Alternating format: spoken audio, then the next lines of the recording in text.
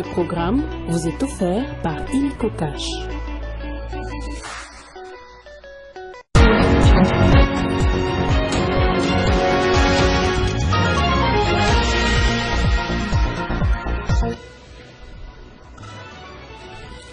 Plus de 13 000 finalistes ont pris part ce vendredi aux épreuves préliminaires, excepté ceux de Goma et Bukavu, zone sous occupation des Kanainanga.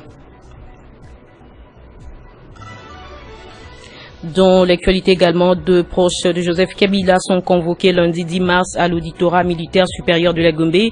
D'après plusieurs sources, ils sont appelés à éclairer la justice au sujet de leurs commentaires après la sortie médiatique du sénateur Ali. Cette convocation intervient après l'audition des Chadari au ministère de l'Intérieur. Exclusivité Télé 50, Jean-Marie Kassamba reçoit Jules Alinguete ce samedi à 11h de Kinshasa. Si vous voulez tout savoir sur la campagne nationale des sensibilisations de la jeunesse à la lutte contre la corruption et au patriotisme et la patrie financière, ne manquez pas à ce rendez-vous. Bonsoir à tous et bienvenue si vous nous rejoignez sur Télé 50. Ouvrons ce journal avec le nouvel de la justice. Après le ministère de l'Intérieur, c'est au tour de la justice militaire de la République démocratique du Congo d'inviter deux piliers du PPRD, parti cher à l'ancien président de la République, Joseph Kabila. Il s'agit d'Aubin Minakou et Emmanuel Ramazani Chadari, respectivement vice-président et secrétaire général. Ils sont attendus lundi 10 mars prochain. Le colonel de l'auditorat militaire qui signe cette invitation précise que son objet est d'éclairer la justice. Parlons cette fois-ci du dossier Boukangalonzo. Le député national Augustin Matata Pogno a, dans une déclaration rendue publique ce vendredi, fustigé la réactivation de ces dossiers. Pour l'élu de Kindu, c'est une façon de le coincer à intégrer le gouvernement d'union nationale, chose qu'il n'a pas envie. Il a dit, je cite, « Le dossier est refait sur la forme pour exercer une pression sur moi à cause du dialogue politique et d'un gouvernement d'union nationale. Le deux haute juridiction de notre pays, à savoir la Cour constitutionnelle et la Cour de cassation, sont instrumentalisés à l'outrance par la présidence de la République pour pouvoir condamner un homme politique qui n'a volé aucun dollar américain. » Mes chers compatriotes, vous avez été surpris, comme moi, par l'extrait des rôles de la Cour constitutionnelle, m'invitant de nouveau à comparaître devant elle sur l'affaire Boukangalonzo, alors que tous les Congolais pensaient que ces dossiers étaient classés sans suite. Comme vous pouvez vous l'imaginer, ces dossiers, plutôt politiques que judiciaires, réapparaissent comme un sphinx chaque fois que les pouvoirs politiques initient une action en sa faveur pour ratisser l'arche. Pour mémoire, le dossier Boukangalonzo est né parce que j'ai refusé d'intégrer l'Union sacrée. Il a été réactivé pour m'empêcher de créer mon parti politique, les LGD. Il est réapparu pour me dissuader de poser ma candidature à la présidentielle. Aujourd'hui, il est remis sur la table des juges, tous les Congolais le savent, pour exercer une pression sur moi à cause du dialogue politique et du gouvernement d'union nationale qui se profile à l'horizon. C'est donc un dossier politique, un dossier de la honte de notre justice. Mes chers compatriotes, cela fait près de 4 ans que la Constitution est violée, plus de 40 fois, dans le seul objectif de m'écarter de la scène politique et de démystifier ma gestion du reste exemplaire jusqu'aujourd'hui. Cela fait près de 4 ans que les deux plus hautes juridictions judiciaires de notre pays, la Cour constitutionnelle et la Cour de cassation, sont instrumentalisées à outrance par la présidence de la République pour pouvoir condamner un homme politique qui n'a volé aucun dollar du trésor public. Rendons-nous à présent à l'Assemblée nationale. La commission défense et sécurité va remettre au bureau un rapport sur la situation sécuritaire qui prévaut dans la partie orientale du pays. Après les auditions des 5 membres du gouvernement, les élus ont voulu en savoir plus sur la gestion de la guerre par le gouvernement de la République. À l'aube de l'ouverture de la session ordinaire de mars à l'Assemblée nationale et face à la situation sécuritaire délétère dans la partie est de la République démocratique du Congo occasionnée par l'agression de l'armée rwandaise et ses supplétifs du M23 AFC, la commission défense et sécurité exerçant les prérogatives lui reconnues par le règlement intérieur de la Chambre basse du Parlement, entre autres celles d'auditionner les membres du gouvernement du secteur de ses attributions, avait fait appel à 5 membres du gouvernement. Il était question d'être éclairé de manière globale sur la situation sécuritaire qui prévaut actuellement dans la province du Nord et Sud Kivu. L'urgence aujourd'hui étant de mettre fin à cette guerre d'agression nous imposée par le Rwanda et ses supplétifs de l'AFC M23, le bureau de la commission défense et sécurité promet de ne jamais abdiquer de s'enquérir au nom du peuple des réalités concernant la situation sécuritaire et humanitaire des populations civiles, des FARDC ainsi que des compatriotes Ouazalendo dans les zones touchées par cette guerre d'agression rwandaise.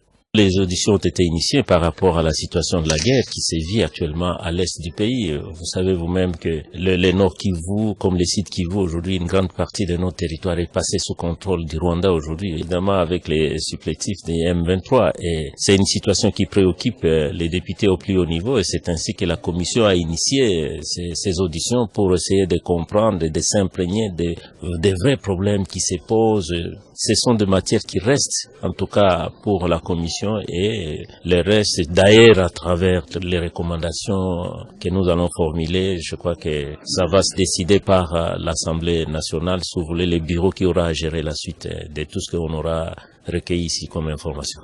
Ici est de rappeler que c'est le vice-premier ministre, ministre de l'Intérieur et de la Sécurité, Jacquemain Chabani, le vice-premier ministre, ministre de la Défense nationale, Guy Kabongo, la ministre d'État, ministre des Affaires étrangères, Thérèse Kayikwamba Wagner, le ministre des Finances, Doudou Fouamba, et le vice-ministre du Budget, Élisée Boukoumouana, qui ont été auditionnés par la commission Défense et Sécurité. Une commission est mise en place en vue de l'élaboration d'un rapport de ces auditions qui sera déposé au bureau de l'Assemblée nationale avant l'ouverture de la session ordinaire de mars. Un mot de l'éducation. Dans ce journal, la ministre Raissa Malou a lancé ce vendredi 7 mars à l'Athénée de la Gombe l'épreuve préliminaire de l'examen d'État édition 2025. Comme les communique l'inspection générale, elle a rassuré que cette épreuve sera organisée aussi dans les zones éducationnelles du Nord Kivu 1, Sud Kivu 2 et 3 dès que les conditions sécuritaires vont les permettre. Les épreuves préliminaires de l'examen d'État 2024-2025 en République démocratique du Congo ont été lancées vendredi à l'Athénée de la Gombe, dans le nord de Kinshasa, par la ministre de l'Éducation nationale et Nouvelle Citoyenneté. Raissa Malou affirme qu'il s'agit d'un moment à la fois porteur d'espoir et de défi parce que malgré le contexte difficile, le système éducatif congolais poursuit son chemin garantissant à tous l'accès à la certification. Cette dynamique, Son Excellence M. Félix-Antoine Tshisekedi Tshilombo, chef de l'État, a fait de l'éducation une priorité nationale. L'instruction et la formation demeurent les piliers de notre souveraineté et de notre développement. Chers candidats, vous avez choisi de vous présenter à cette épreuve en tant qu'autodidacte. Ce choix exige une grande discipline, une autonomie intellectuelle et un sens aigu de l'effort personnel. Sur l'ensemble du territoire national, 13 242 candidats ont été enregistrés et répartis dans 259 centres pour le cycle long et 76 candidats pour 15 centres au cycle court. À l'exception des provinces éducationnelles du Nord Kivu 1, Sud Kivu 1 et 3, occupées par l'armée rwandaise. Comme l'inspection générale, la ministre de tutelle a précisé qu'elle suivra de près l'évolution de la situation et qu'elle informera les candidats concernés en temps utile. Pour le reste, elle garantit les mesures de sécurité renforcées dans les centres d'examen pour la protection des élèves et du personnel éducatif. La ministre de tutelle a été accompagnée de son adjoint, le vice-ministre de l'Éducation nationale et Nouvelle Citoyenneté, Jean-Pierre Kezamoudrou, Le ministre provincial de l'éducation de la ville de Kinshasa, Jeannot Canon, et l'inspecteur général de l'éducation nationale et nouvelle citoyenneté, Hubert Kimbonza. Tout savoir sur la campagne nationale des sensibilisations de la jeunesse à la lutte contre la corruption et au patriotisme, ainsi que sur la patrie financière récemment réactivée par le président de la République, l'inspecteur général chef des services de l'inspection générale des finances, Jules Alunguete, sera reçu ce samedi par Jean-Marie Kassamba, directeur général de l'espace 50 dont l'émission Fauteuil Blanc, un nouveau numéro à ne pas rater, puisque le shérif des finances publiques va se livrer à cœur ouvert au patron des Télé 50 des sujets intéressants tels que les résultats des enquêtes menées depuis 2020 par l'UGF ayant permis la mobilisation accrue des recettes publiques seront abordés. C'est donc demain samedi à partir de 11h de Kinshasa. Le ministre des Ressources hydrauliques et électricité, Teddy Luamba, a effectué une ronde au quartier Ndjili Brasserie, dans la commune de Lantélé, pour se rendre compte des avancées des travaux de l'électrification exécutés par l'Agence nationale de l'électrification et des services énergétiques en milieu rural et périurbain. Sur les terrains, le ministre Luamba s'est rassuré de l'évolution des travaux qui avancent comme prévu afin de permettre à la population de bénéficier effectivement des infrastructures. C'est un accueil chaleureux réservé au ministre des Ressources hydrauliques et électricité au quartier Ndjili Brasserie, en Tsélé. Que ça rende, Teddy Luamba est satisfait des avancées des travaux d'électrification exécutés par l'Agence nationale de l'électrification et des services énergétiques en milieu rural et périurbain. C'est la satisfaction de voir combien Anser est en train de matérialiser la vision du chef de l'État Félix Antoine Tshisekedi Tshilombo, qui veut que nous puissions améliorer la qualité des services de base pour tous les Congolais. Et en matière d'électricité, vous venez de voir aujourd'hui, c'est des infrastructures qui seront livrées, un réseau qui est déployé en conformité avec les normes et les standards internationaux, mais aussi 1500 ménages raccordés que nous allons pratiquement sortir une poche noire. Et je pense que cette mission, c'est quelque chose de très important parce que le secteur de l'électricité, c'est un secteur qui appelle à des gros investissements, à la réalisation de travaux et pour avoir des fruits mûrs tels que nous les avons aujourd'hui. Le numéro 1 du secteur énergétique en République démocratique du Congo a également rassuré les populations riveraines d'un suivi poussé pour s'assurer de la finalisation des travaux. Cette descente a également permis aux patrons du secteur de récolter des doléances de population, notamment celles non concernées par le projet actuel. Nous allons passer pour inspecter tous les travaux qui ont été initiés pour être sûr que la population bénéficie effectivement des infrastructures que l'État congolais fait le nécessaire pour les mettre à leur profit. À cette doléance de la population, le ministre Teddy Luamba a réservé une suite favorable promettant d'élargir le champ dans un avenir proche sous la vision du chef de l'État Félix Antoine Tshisekedi qui veut que tous les Congolais aient accès à l'électricité. Et à l'Office national de l'emploi, parlons de cette grogne. Des agents de ces services publics étaient en sit-in devant l'immeuble du gouvernement pour dénoncer les mauvais traitements dont ils sont victimes de la part de l'actuel directeur général. Saisissant les ministres du Travail, ils ont exigé la démission des CDG pour incompétence. Calico et Effigie, Brandy, ces agents visiblement en colère, sont déterminés à faire entendre leur voix.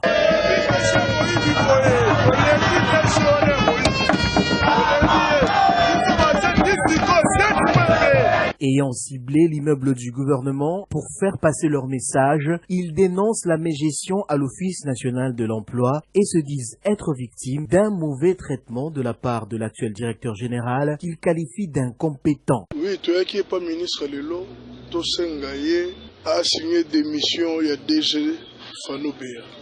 Tout ça, la poste, il y a fils maison. Parce que l'argent, Bakomo n'a pas signé. Nous sommes venus rencontrer le ministre du Travail pour lui demander de signer la démission du DG de l'ONEM parce qu'il fait souffrir les agents. Nous n'avons plus droit aux soins médicaux, nous sommes impayés depuis 4 mois déjà. Ce DG est en train de détourner l'argent de l'État. Tout est chaos aujourd'hui à l'ONEM. Le ministre a été très attentif à nos revendications et a promis d'agir d'ici là. D'ici là, je vais agir. Après avoir manifesté devant le siège de l'ONEM récemment, ces agents ont pris pour cible le cabinet du ministre du Travail pour exiger le départ du directeur général de l'Office national de l'emploi. Impayés depuis plusieurs mois, ils promettent de poursuivre cet élan de revendication si rien ne fait. Lutte contre les embouteillages et accidents des circulations routières. Les présidents de la Commission nationale des préventions routières séjournent à Matadi pour une mission de lancement des opérations de la délivrance des permis de conduire sur place. Bienvenue Mutombo a échangé avec le comité provincial. En séjour à Matadi pour les lancements des opérations de délivrance des permis de conduire biométriques, le président national de la Commission nationale de prévention routière, CNPR, a rendu visite aux agents et cadres de la direction provinciale du Congo central, occasion pour Charles Mpungi, directeur provincial de la CNPR, de souligner les difficultés qu'éprouve sa juridiction. Bienvenue Mutombo les a invités au travail en privilégiant l'objectif de la CNPR et résoudre les problèmes d'embouteillage que connaît cette province. En outre, il a conscientisé les agents sur leur rôle de formateur dans la délivrance des nouveaux permis de conduire. Il a fallu aussi éveiller la direction provinciale sur ce qui est de la présence de la signalisation sur les routes du Congo central. Parce que nous avons été alertés comme quoi il y a des zones embouteillageuses qui ne font que naître et croître sur la ville, sur les routes, les réseaux routiers du Congo central. Et pour cela, il a été question d'éveiller la conscience de nos agents à ce niveau et aussi de leur doter encore de nouveaux projets innovants qui permettront à ceux qui puissent prendre à charge ce flux. C'est la première visite du président de la CNPR dans le Congo central qui fait aussi constat des plusieurs carcasses des véhicules accidentés le long de la nationale numéro 1, exposant plusieurs personnes aux accidents et la police est appelée à prendre des dispositions pour évacuer ces déchets qui mettent la vie des usagers de ce tronçon en danger. Direction le Haut-Katanga, le gouverneur de province, Jacques Kabula Katwe, a procédé à la restitution d'un véhicule volé en Zambie au consul général de ce pays en poste à Lubumbashi. La cérémonie de restitution a eu pour cadre l'enceinte du gouvernorat de province à la grande satisfaction du bénéficiaire. Occasion pour le gouverneur de mettre en garde tous les voleurs des véhicules sur l'ensemble de sa province. C'est après l'alerte lancée par la police zambienne à la police nationale congolaise au Katanga que ce véhicule volé en Zambie a été intercepté à Lubumbashi en République démocratique du Congo. Ce véhicule rouge de marque Sienta, présenté au gouverneur Jacques Kabula Katwe par le commissaire divisionnaire de la PNC au Katanga, le général Dieudonné Odimba Okito, a été remis officiellement au consul général de Zambie à Lubumbashi. Stewart Chimunia a remercié le chef de l'exécutif provincial pour son implication dans la découverte de ce véhicule et salué la bonne collaboration qui caractérise la République démocratique du Congo et la Zambie. Et nous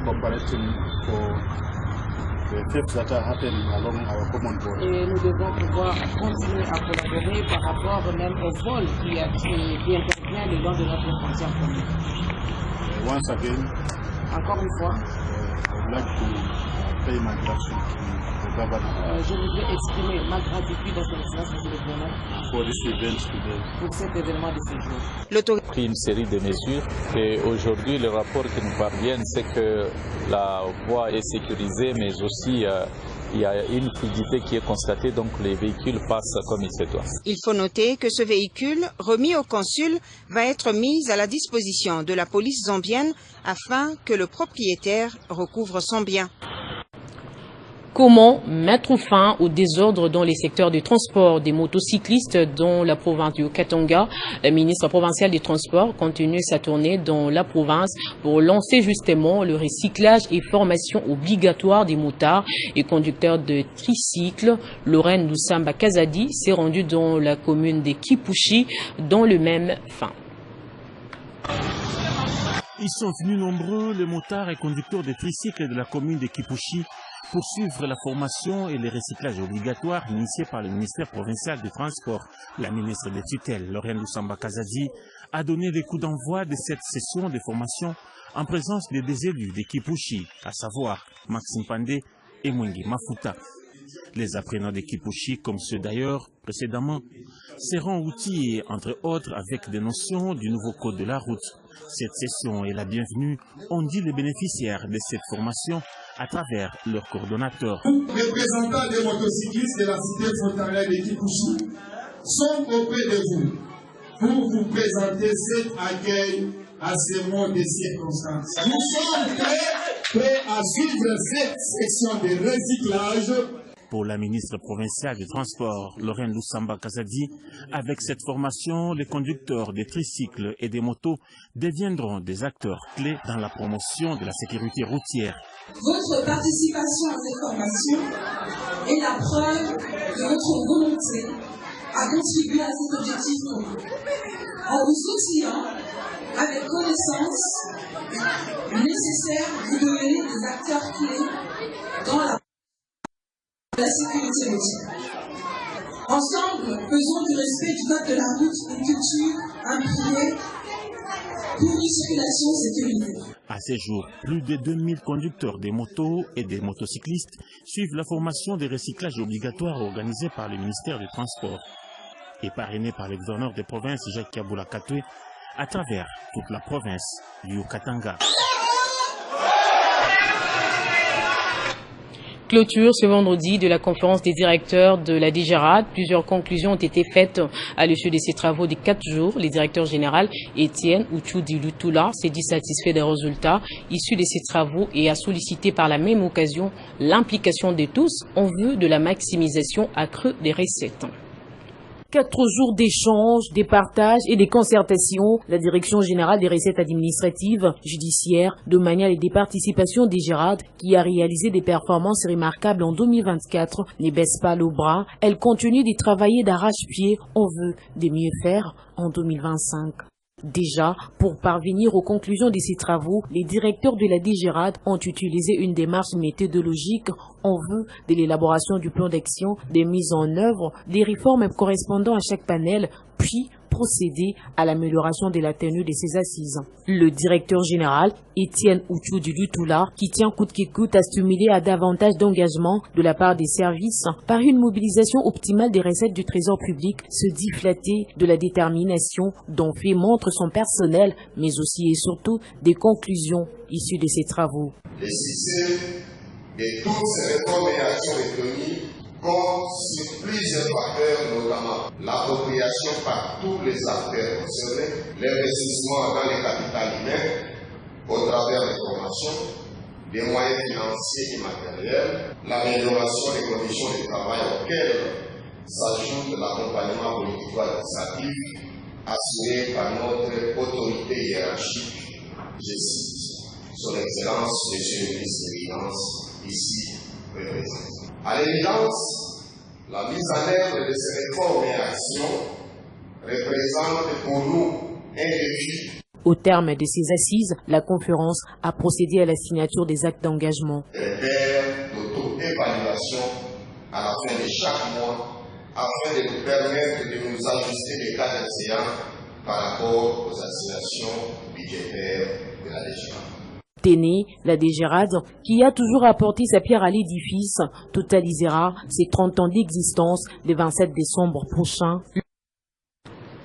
À l'OCC, le directeur général adjoint a adressé un message à l'occasion de la journée internationale dédiée aux droits des femmes. Christelle Moabule lance un vibrant hommage au chef de l'État dans sa lutte inlassable pour les rétablissements rapides de la paix dans la partie est de la République démocratique du Congo. Message de Madame le directeur adjoint à l'occasion de la célébration de droits de femmes aux agents et cadres de l'Office congolais de contrôle. Chères collaboratrices, chers collaborateurs, en cette journée internationale de droits de femmes, nous nous rassemblons autour de thèmes puissants de cette année. Toutes les femmes et filles, droit, égalité et autonomisation, ainsi que la congolaise au centre de toutes les ambitions. Ces mots résonnent particulièrement en cette période où notre pays traverse des défis sans précédent, car nous sommes en guerre et l'agresseur est le Rwanda. Aujourd'hui, nous célébrons le courage, la résilience et les accomplissements de femmes et de filles de notre Congo démocratique. Elles sont souvent en première ligne, non seulement face aux difficultés, mais aussi en tant qu'agentes de changement et de progrès. Leur contribution est essentielle pour bâtir une société plus juste et égalitaire. C'est ici l'occasion pour moi de rendre les vibrants hommages le plus déférent au président de la République, chef de l'État, garant du bon fonctionnement des institutions de la République, son Excellence Félix-Antoine Tshisekedi, pour ses efforts inlassables face à la guerre et aux crises qui frappent notre nation. Son leadership et sa détermination à promouvoir la paix et la stabilité sont une source d'inspiration pour nous tous. Il a su mettre en avant les priorités des femmes et des filles congolaises et son engagement pour l'égalité de sexe qui est un témoignage fort de sa vision pour un avenir meilleur. Nous saluons ici son combat pour une représentativité maximale de la femme au poste de prise de décision. Je tiens à exprimer notre profonde reconnaissance envers la Première ministre Judith Suminwa qui s'emploie à exécuter la vision du président de la République sur tous les plans. Ma reconnaissance s'exprime également à l'endroit de la Première Dame Denise Nyakero Tshisekedi pour son dévouement dans la cause de la jeune fille à travers ses différents programmes tels que Silencia et dans la santé à travers les enfants drépanocytaires pour ne citer que ceux-là. Dans le cadre de ses séjours en Europe, le député national Amici Makutano a eu l'honneur d'être reçu au Parlement bruxellois par Lydie Mouchebele, vice-présidente du groupe Amitié Belgique-Congo. Cette rencontre a permis d'aborder plusieurs points cruciaux concernant les relations entre la Belgique et la République démocratique du Congo. Cette rencontre fructueuse entre les deux élus a mis en avant leur dynamisme et engagement. Amici Makutano, souvent décrit comme un renard des surfaces pour sa capacité à naviguer dans les complexités politiques, a su tirer parti de son séjour européen pour renforcer les relations bilatérales. Je crois que je peux me permettre de vous dire que les enfants du Congo vous disent merci. Vous êtes au front, ensemble avec les autres Congolais, félicitations, et nous vous avons trouvé dans cette lutte. Nous avons apporté ce qu'on pouvait apporter et aujourd'hui, c'est avec joie que nous avons passé dans vos bureaux, justement pour échanger dans une profondeur et que nous puissions voir comment et nous allons nous déployer. Et justement, après nous, et surtout quand vous allez rester, mais je suis encore très édifié de voir les perspectives que vous vous êtes assignées ensemble avec les autres. Franchement, nous serons toujours fiers de vous. Et n'oubliez pas que nous avons le Congo, même si aujourd'hui vous êtes belge, mais bien entendu, le Congo restera la meilleure partie pour vous. Lydia Mouchebele, vice-présidente du groupe Amitié Belgique-Congo, demeure préoccupée par la situation sécuritaire dans l'est du pays. Sur la situation de l'est qui nous préoccupe, merci honorable pour fait le déplacement, merci pour toutes les informations qui nous ont été communiquées et nous allons continuer à travailler et à mobiliser jusqu'à la fin de ce conflit. Leur discussion a non seulement mis en avant les défis sécuritaires auxquels est confrontée la RDC, mais aussi a évoqué les opportunités de coopération et de développement. La volonté commune de travailler pour un avenir meilleur pour leur pays constitue un point central de cette alliance stratégique entre la Belgique et la RDC. Et on termine avec cet élément, mars, mois dédié aux droits de la femme pour toutes les femmes et les filles, droits, égalité et autonomisation. Tel est le thème retenu cette année et dans le but de booster l'autonomisation de la gente féminine, la rédaction des Télé 50 a mis en lumière Dorcas Mouchia, une jeune dame motarde exerçant dans la ville de Kinshasa, plus précisément sur la place Rond-Point-Willery. Suivez son portrait réalisé par Damaris Kaembe et Dieu merci, Mukondola. Il n'y a pas de sous-métier, il n'y a que de sous-genre. Au-delà des innombrables métiers qui existent sur Terre, elle a opté pour celui de motard, comme l'ont appelé Wewa. Pas par simple plaisir, mais parce qu'elle s'y est sentie à l'aise, et aussi pour lancer un message fort, non seulement à la gente féminine, mais aussi au monde en général, celui de quitter la discrimination, car pour elle, il n'existe pas de métiers réservés aux hommes, moins encore à ceux de femmes. Je ne fais pas ce travail par simple plaisir. Je me suis rendu compte que le travail que l'homme peut exercer, je peux également le faire. Âgée de 29 ans, elle a acquis 9 ans d'expérience dans ces métiers qu'elle a apprises de son jeune âge auprès de son père, Joseph Madika, sans savoir que cet apprentissage deviendra plus tard son gagne-pain.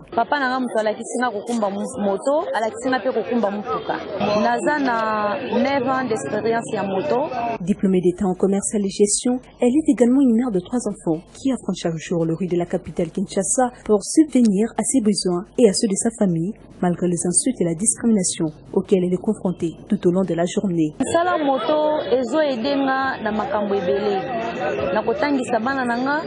Ce travail de motard m'apporte énormément. Il me permet de prendre soin de mes enfants, de ma famille, de mes proches et de subvenir à mes besoins. Je reçois quotidiennement des insultes de la part de certains de mes collègues hommes et aussi de certains clients qui insultent le travail que j'ai choisi. Certains me traitent même de lésibienne, mais je supporte tout cela. La reine de la route reste cependant disponible pour transmettre son savoir aux femmes afin de les aider à s'épanouir comme elle. Ceux qui savent conduire une moto peuvent également l'exercer. Qu'elle n'aient pas honte, car c'est un travail noble. Ceux qui ne le savent pas, je suis disponible pour les apprendre.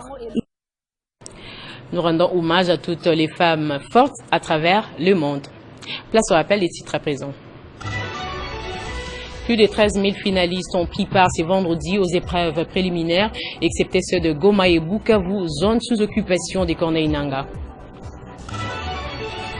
2 proches de Joseph Kabila sont convoqués lundi 10 mars à l'auditorat militaire supérieur de la Gombe. D'après plusieurs sources, ils sont appelés à éclairer la justice au sujet de leurs commentaires. Après la sortie médiatique du sénateur à vie, cette convocation intervient après l'audition de Chadari au ministère de l'Intérieur. Exclusivité Télé 50, Jean-Marie Kassamba reçoit Jules Alinguete ce samedi à 11h de Kinshasa. Si vous voulez tout savoir sur la campagne nationale de sensibilisation de la jeunesse à la lutte contre la corruption et au patriotisme, ainsi la patrie financière, ne manquez pas à ce rendez-vous.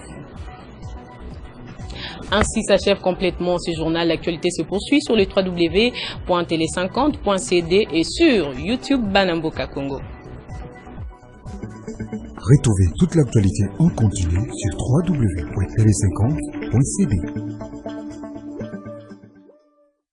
Ce programme vous a été offert par Illico Cash.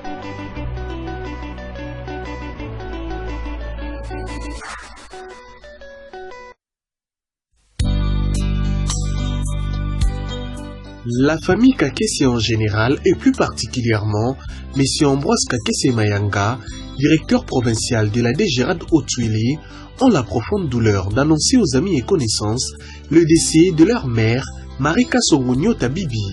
Le requiem se tient à la salle polyvalente Maison Kofi 6 numéro 3, avenue Malemba-Nkolo, quartier Sosimat dans la commune de La Gombe, référence hôpital médecin de nuit. Est prévu au programme des obsèques la veillée mortuaire le samedi 8 mars 2025, 19h, arrivée de la famille, 20h, messe, 21h30, biographie de la défunte, 21h50, témoignage, 22h10, mots de la famille et 22h30, animation. L'enterrement interviendra le dimanche 9 mars 2025 à 9h, arrivée des membres de la famille, amis et connaissances dans la salle polyvalente Maison Kofi. 9h50, exhortation du pasteur. 10h10, dépôt des gerbes de fleurs. 10h30, départ pour la cimetière nécropole entre ciel et terre. Et enfin 15h, bain de consolation dans la salle polyvalente Maison Kofi. Ces communiqués signés la famille Kakese.